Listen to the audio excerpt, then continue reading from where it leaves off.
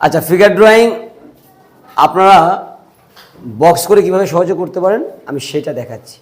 আমরা সবাই তো স্কোয়ার আঁকতে পারি, তাই না?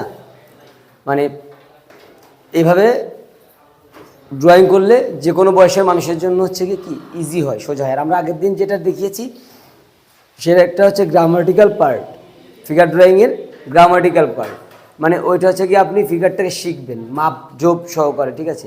আর দেখা যাচ্ছে আমরা এমনি নর্মালি তো আঁকার সময় এত মাপ আমরা ফলো করি না, জাস্ট ফিগারের চোখের অনুপাতে যেটা ওইটাকে আমরা হচ্ছে গিয়ে ফলো করি, ঠিক আছে? দেখেন আমরা যেটা হচ্ছে ফলো করি সেটা আমরা হচ্ছে গিয়ে মানে বডিটাকে 3টা পার্টে ভাঙিয়ে, যে আমরা বলেছিলাম গত ক্লাসে, যে আমরা 2টা করে সার্কেলকে একটা পার্টে ধরেছিলাম না, এটা মনে আছে তো? সার্কেল ধরেছিলাম কয়টা? 7টা, মনে আছে তো? যে একটা মাথা ডিম্বাকৃতি এবং সেটা একটা মাথার যা অনুপাত আছে এইটার ডাবল বডি, তারপরে ডাবল হাঁটু পর্যন্ত, তারপরে ডাবল পা পর্যন্ত। এটা 3টা পার্টকে আমরা ভাগ করি। এখন আমরা যে বডিটা দেখি সেটাকে আমরা কোমর পর্যন্ত, ঘাড় কাঁধ থেকে কোমর পর্যন্ত, সেটাকে আমরা একটা পার্ট ধরছি বক্স। বক্স করে নেওয়াটা কি হচ্ছে কি বোঝাতে সহজ। এরপরে কোমর থেকে হাঁটু পর্যন্ত এটার একটা পার্ট, কয়টা বক্স হলো? 2টা। তারপরে হাঁটু থেকে পায়ের পাতা পর্যন্ত এটা একটা বক্স, 3টা। এই জিনিসটা আমি বলেছি মার্কার।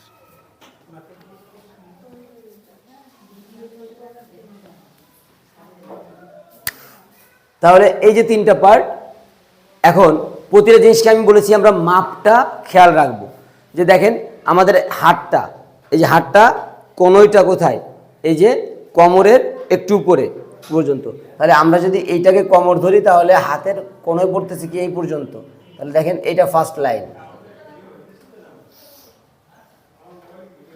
আপনারা এই সাথে সাথে আমার সাথে ইন্ডিকেট করে নেবেন, তাহলে মনে থাকবে। এই দেখেন এই যে ফার্স্ট লাইন দিয়েছি, এই যে জয়েন্ট, এখানে আমাদের জয়েন্ট আছে না? এরপরে আমরা সেকেন্ড হাতটা, সেটা কি আমাদের ফিমার, ফিমারের অর্ধেক পর্যন্ত। আমরা যে হাত সোজা করি ফিমারের অর্ধেক, তাহলে এইটা যদি ফিমার হয় তাহলে এই মিডিল পয়েন্ট পর্যন্ত, তাহলে এইখান থেকে এইটা। বুঝতে পেরেছে? এখানে বুঝতে সমস্যা আছে? তাহলে দেখেন আমরা হাত ড্রয়িং করে ফেলতে পারছি এখন।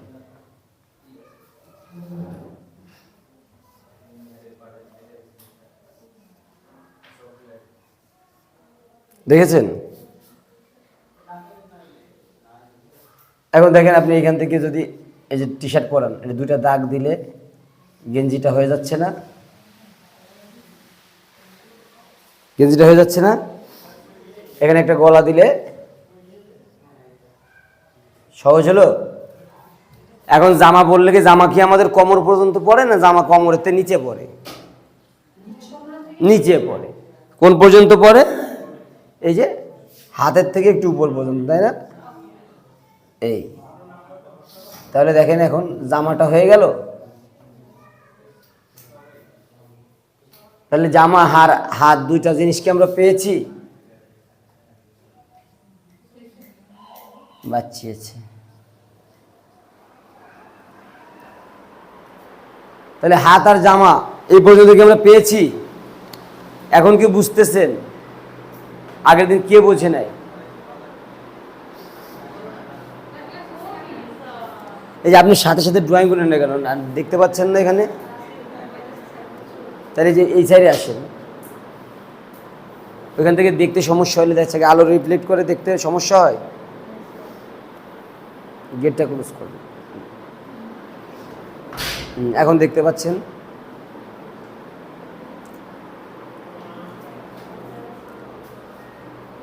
ফিগার ড্রয়িংটা একটু হার্ড, কিন্তু আপনি এই যে বক্সটাকে যদি বুঝে ফেলেন আর এই বক্স অনুযায়ী যদি চেক করেন তাহলে দেখেন এখন এই যে পোর্শনটা আছে আমাদের পায়ের পোর্শনটা, এইটা আমরা দেখেন প্যান্ট পরাইতে চাইলে প্যান্ট পরাইতে পারবো, লুঙ্গি পরাইতে লুঙ্গি পরাইতে পারবো, হাফ প্যান্ট পরাইতে চাইলে হাফ প্যান্ট পরাইতে পারবো। এটা আমাদের খুশি হচ্ছে কি আমরা যেভাবে চাই। দেখেন ফুল প্যান্ট যদি পরাই তাহলে যা আছে এইখান থেকে এই এই টান দেন, দেখেন ফুল প্যান্ট পরে ফেলেছে, আপনাকে আর কষ্ট করতে বেশি হচ্ছে না, দেখছেন। এরপরে পায়ের পাতাটা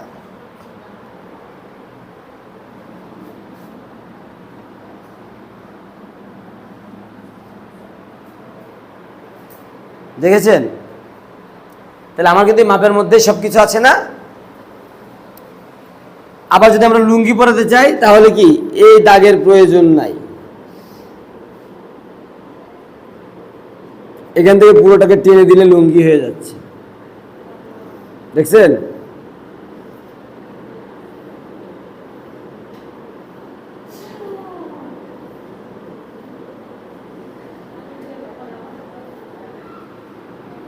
লুঙ্গি হয়ে গেছে।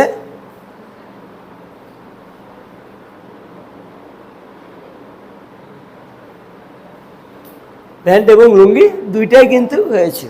এরপরে আমরা চুল অনুযায়ী, যেমন যার চুল থাকে সেই ক্যারেক্টার অনুযায়ী চুল দিতে পারি।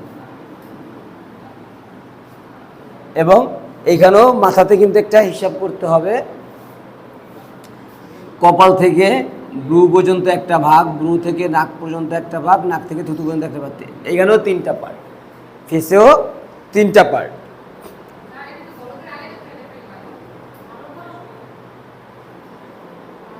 ফেস ওইটা পোর্ট্রেট যখন দেখাবো, এটা জাস্ট আমি ফিগার বোঝানোর জন্য দিয়েছি। এই দেখেন মাঝখানটা ইন্ডিকেট করে, তাহলে এইটা ব্লু, এটা জাস্ট আমি বোঝানোর জন্য দিচ্ছি।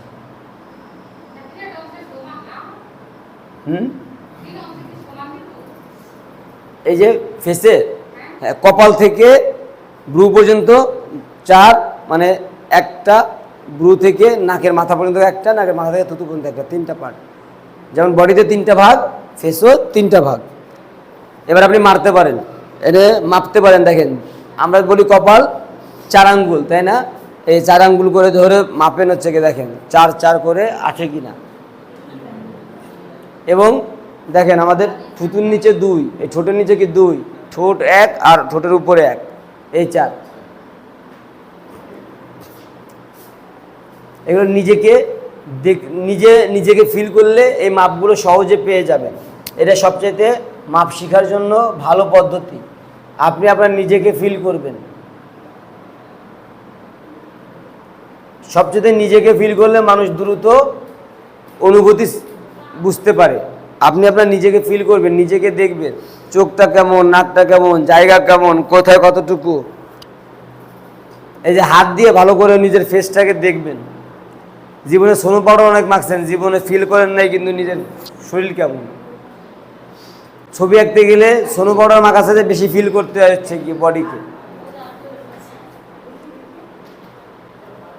অন্ধ মানুষ ছবি আঁকে দেখেছেন? অন্ধ মানুষ কোরআন পড়ে, এটা তো দেখছেন। কি দিয়ে কোরআন পড়ে? এই যে অনুভূতি, মনের চক্ষু, এটাও একটা বিষয়। কিন্তু মানুষ বলে যে অন্তর্চক্ষু আছে, আসলে যে অন্তর্চক্ষু আছে সেটা হচ্ছে কি, আপনি ওই যে লোক হচ্ছে কি অন্ধ মানুষ কোরআন মুখস্থ করছে, তারা দেখলে কিন্তু বুঝতে পারছেন না। সে তো দেখে নাই, সে কি শ্রবণ শক্তি দিয়ে শুনেছে, কিন্তু তার মধ্যে কিন্তু সে নিজে একটা রূপ তৈরি করে নিয়েছে। আমরা যখন কোনো কিছু আপনি চোখ বন্ধ করে শুনবেন, তখন দেখবেন যে সেই শোনার ছবি আপনার ভিতরে তৈরি হবে। এমনি চোখ খুলে দেখেন, শোনেন, তৈরি হবে না। চোখ বন্ধ করে কোনো কথা শুনবেন, দেখবেন যে ভিতরে ওই ছবি তৈরি হবে। অর্থাৎ আপনি ফিল করতে শুরু করবেন, আপনি ওই মনের চোখ দিয়ে দেখতে শুরু করবেন।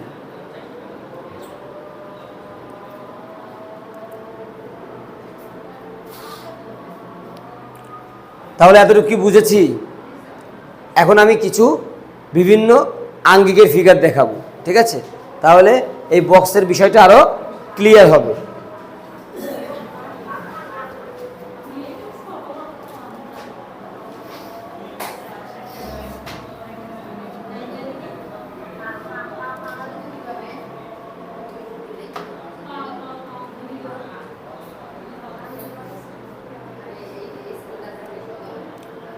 সবাই একটু দেখেন।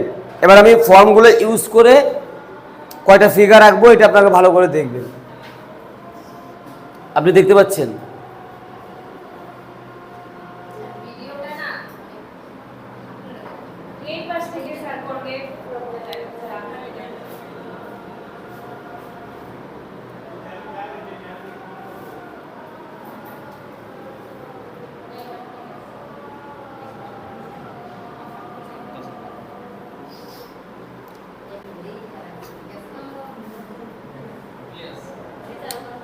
তাহলে দেখেন, আমরা একটা হাঁটা মানুষ, একটা দৌড়ানো মানুষ, একটা দাঁড়ানো মানুষ, তিনটা ফিগার করব ফার্স্টে, তারপরে একটা বসা মানুষ করব, ঠিক আছে? দেখেন, মানুষ নর্মালি যখন হাঁটে, আপনি যখন হাঁটবেন তখন আপনার বডি কি সোজা থাকবে? না, হাঁটতে গেলে বডিটাই যে আমি হাঁটছি একটু বাঁকা হয়ে যাচ্ছে। তাহলে ফিগারটা যখন করব, এই যে বক্স, আবার হাঁটছে, আপনার ডিটেল করার পরে আগে আপনাকে স্ট্রাকচার তৈরি করতে শিখতে হবে এবং এই স্ট্রাকচার দ্বারা অনুভূতির সৃষ্টি করতে শিখতে হবে, যে স্ট্রাকচার বলে দিবে যে এটা কি হচ্ছে।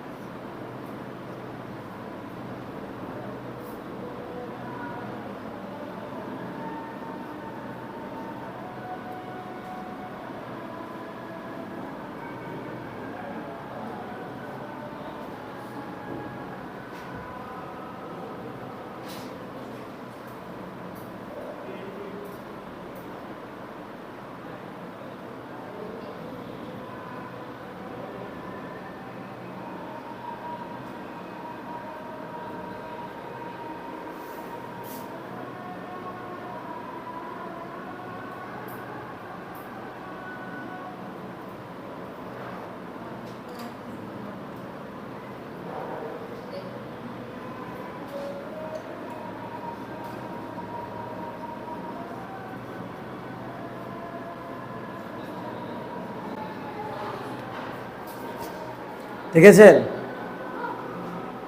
মানুষ হাঁটছে,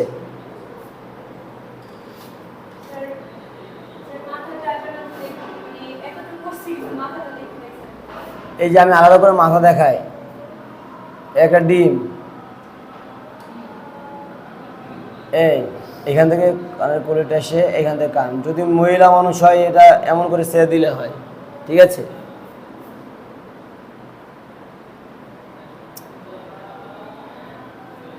এখান থেকে এইটা এসে এটা নাকটা বাইরে যাবে, এই খেয়াল রাখতে হবে আমার, এই কানের পর্যন্ত, এই কপাল এসে ভিতর থেকে এই যে নাকটা বাইরে, এই নাকের এই ব্যালেন্স, এখান থেকে ঠোঁটটা ভিতরে, এই এই কানের এই পর্যন্ত, এখান থেকে এই চোখ, এখান থেকে পুরো, এটাকে বলে হেড, এর থেকে মাথা, ঠিক আছে? বুঝতে পেরেছেন তো?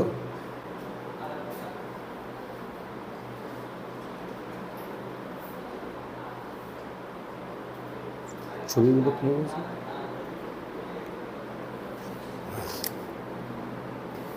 তাহলে এটা হাঁটা। এবার দেখেন দাঁড়ানো, দাঁড়ানোটা কিন্তু যে আমি যেটা একটু আগে দেখাইছিলাম যে এই সার্কেল বক্স, যে সবই দুইটা পার্টে করলেও এটা হয়ে যায়।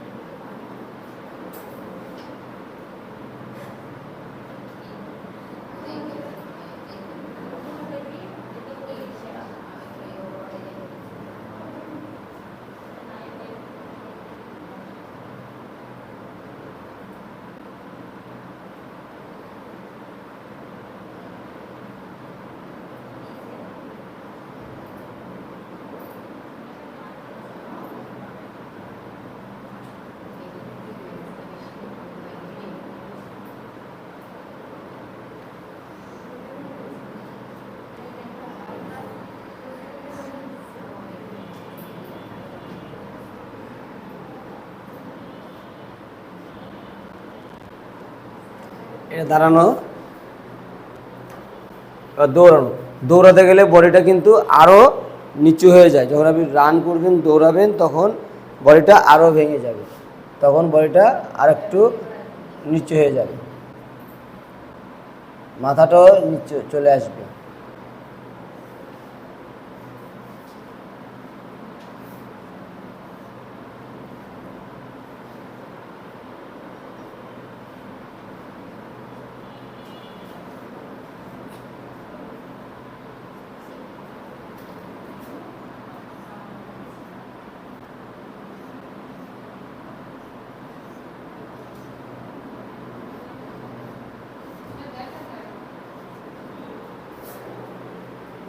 দেখা যায় না?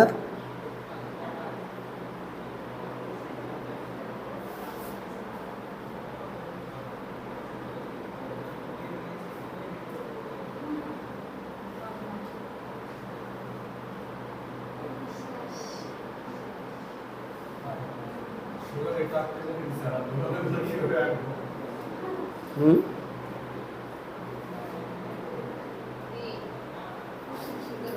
এই যে আমি তো বক্স করে দিলাম এই জন্য যে বক্সেই আঁকতে, কারণ আমি ডিটেলস কোনো কিছু আঁকছি না, এই কারণে আপনারা আগে বক্সগুলো ফর্মগুলো শেখেন।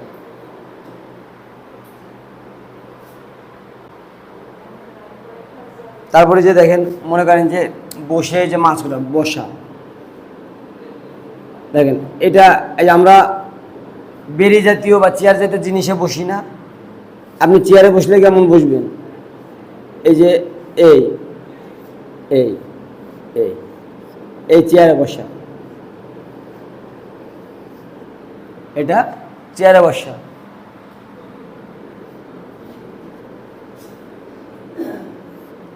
এখন চেয়ার হোক, টুল হোক, কিছু একটা নিচে দিলেই দেখে বসে পড়েছে, তাই না? এই ফর্মগুলোকে আগে সব ধরতে শিখতে হবে।